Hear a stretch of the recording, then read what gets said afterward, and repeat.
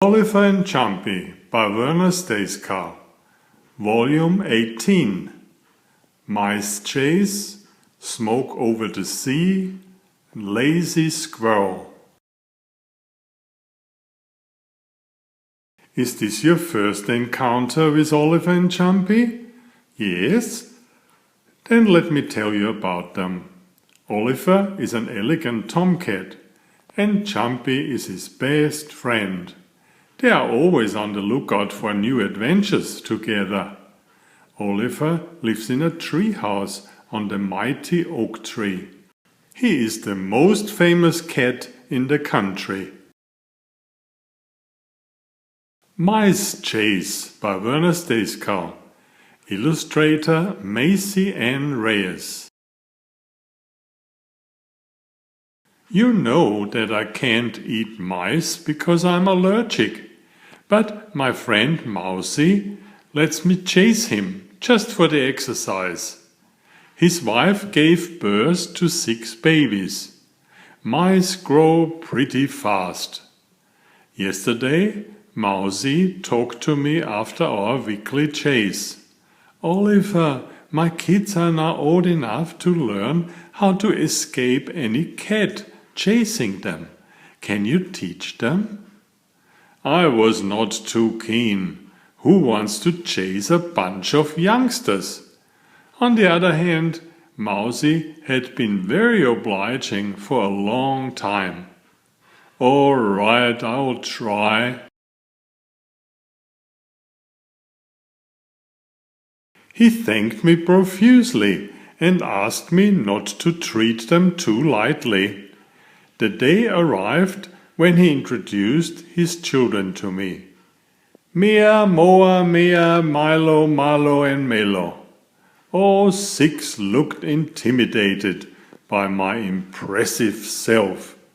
After all, I was the chaser. Catcha! I cried to open the chase. But what happened next was rather unexpected. All 6 mice took off in 6 different directions. How can I chase 6 mice? All right, guys, we need to have some rules here. I can only teach one at a time. That's how a cat chase works. Let's start with Mia.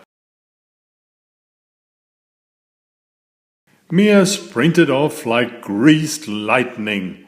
She was very clever and ran through a hollow tree trunk.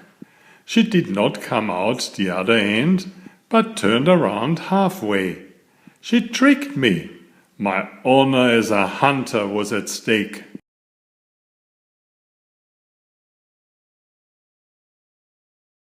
I caught up with her again. Right behind her was a sheer cliff. Mia had realized that there was no escape. She stood before the wall, looking at me fearfully. Gotcha! I challenged her. I slowly crept nearer, my tail beating the ground, getting ready for the ultimate jump.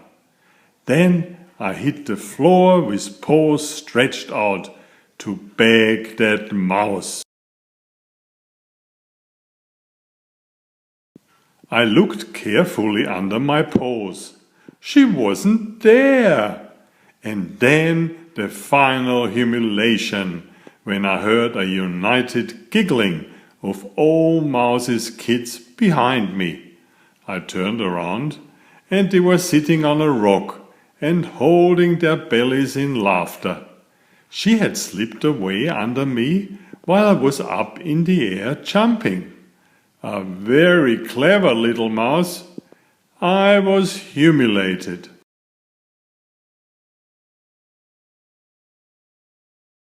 I raced after her again. She jumped up onto a chair and then on top of the cupboard, where she was about to fall to the floor. Luckily, I had anticipated that. She tumbled down with a loud, mousy squeak and fell right into my paws. She was saved and caught, At least I regained some of my reputation.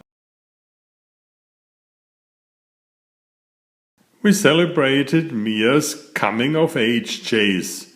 Mrs. Mousy brought out her tiny crockery and set the table. As you can imagine, I was too big and sat next to them on the floor. After a delicious meal, they danced around me. I was the center of attention, which I rightly enjoyed. Do you like chasing? I bet you do, but probably not mice. Mousy bye. Come with us and travel inside a whale. Smoke Over the Sea by Werner Stacekow. Illustrator Macy N. Reyes. During the winter, the oak tree on which my treehouse had been built loses all its leaves. On the highest branch you have now a marvelous view. I spotted Jumpy and Joey. Farther over by the seaside, I discovered a curious pillar of smoke out in the sea and realized that it may be an SOS signal. Jumpy, we have an emergency.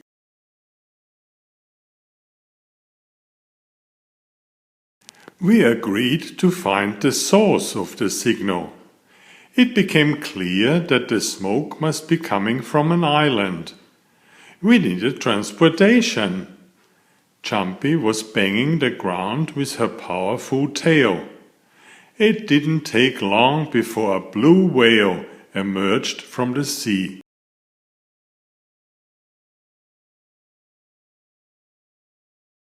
Please take us to the island with the smoke, I pointed out to the whale. Bluey opened his very large jaws for us to walk in. It was wet and dark in there. He was picking up speed rapidly, and soon we reached the island.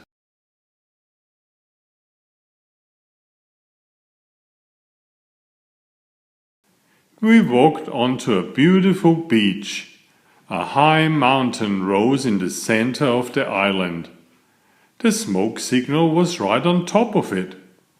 We walked to investigate the interior.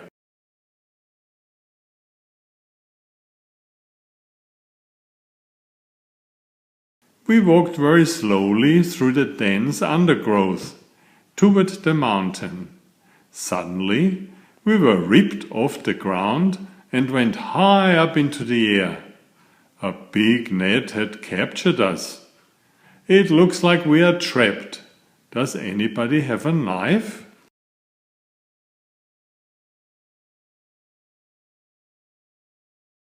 But it was too late. Many natives were breaking through the brush and shouting fiercely. We had been captured. We were carried toward an unknown destination.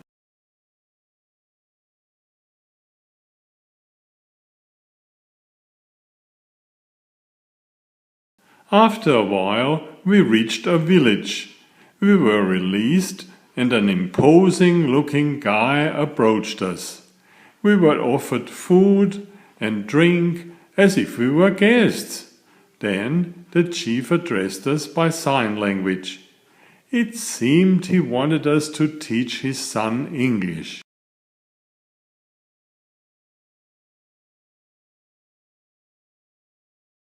We were treated well and fed lots of healthy fruit and fish.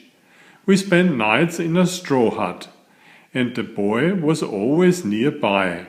He did not want to waste any time. He was a quick learner. We were teaching him how to write in the sand. There was no paper.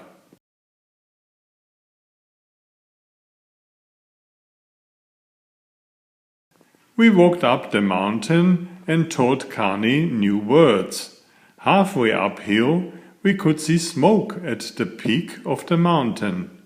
It was no smoke signal at all, but a volcano. Then we arrived at the edge of the crater, where we could look down to the fiery hell. Suddenly, little fire devils were coming up from the depths. They were naughty creatures living in the volcano. The devils laughed and flew around us, but they looked like fire and were very hot, so we would have had blisters all over if they had touched us. Frightened, we ran away. The devils flew right behind us to play. Whenever they touched a bush or a tree, it burst into flames, so we kept running.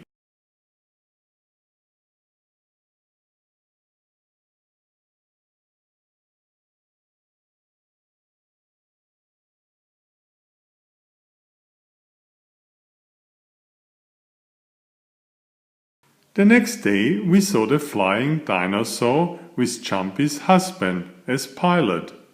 We shouted until he noticed us. We looked for you everywhere until the whale told us you are here. We were glad to go home.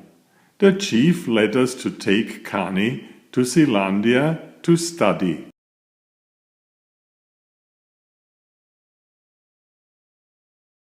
This squirrel was stealing nuts from others. Lazy Squirrel by Werner Stacekow. Illustrator Macy N. Reyes. Winter was here, and food was becoming scarce. Squirrely came to ask for help. She had been collecting nuts for winter. When she last checked up on her stash, she could not find any. It shouldn't be a problem for me to get to the bottom of this mystery. Squirrely, hide away more nuts, and I will follow you. We will see what happens. Squirrely went to bury more nuts. I followed her well hidden behind bushes. I could not see anything suspicious. Squirrely buried her nuts and went away. Before following her, I suddenly saw movement, and yes, there was Lazy, a squirrel boy, coming out of hiding and ready to steal the nuts. Lazy stole food rather than finding his own.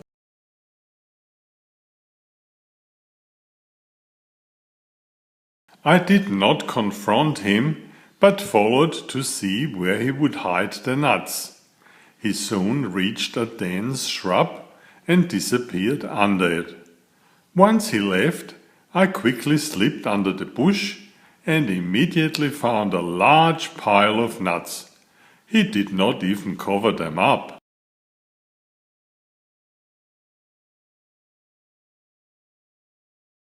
I asked Jumpy to help me and carry the nuts in her pouch. She took them to my tree house. Squirrely was angry and wanted to confront the thief.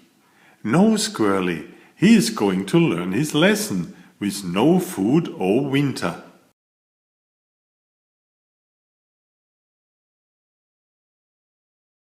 The day arrived when the first snowflakes were sailing down from Mother's sky. Flake sisters and brothers were chasing each other to see who would arrive first on the frozen ground. Then the lucky one arrived shouting, "I'm the first, I win!" But quickly more landed and called, "Make space for me!" They soon ran out of room, and the following snowflakes had no choice but to land on the previous ones, until there was a thick layer. Flakes are very light, so nobody complained about being squashed.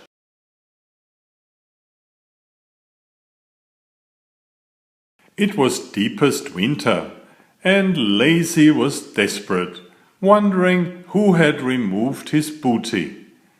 Winter progressed, and Lazy became leaner by the day. The north wind blew bitterly, and everybody was hiding at home. When the thief finally looked very thin, I took pity. You have been a thief, and what happens to you now is what your victims experienced before you. I hope you are feeling bad about your actions.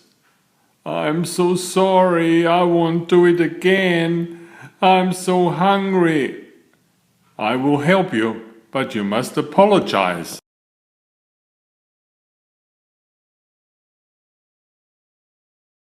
Lazy asked everybody for forgiveness and then got his ration. Next spring he had to help gather nuts for the old squirrels. Squirrely was very grateful for my help. I was quite happy having solved another riddle. Should I become a private detective? Squirrely, bye. Thank you very much for reading Oliver and Jumpy. You are now a special friend, and you will be able to take part in all their adventures.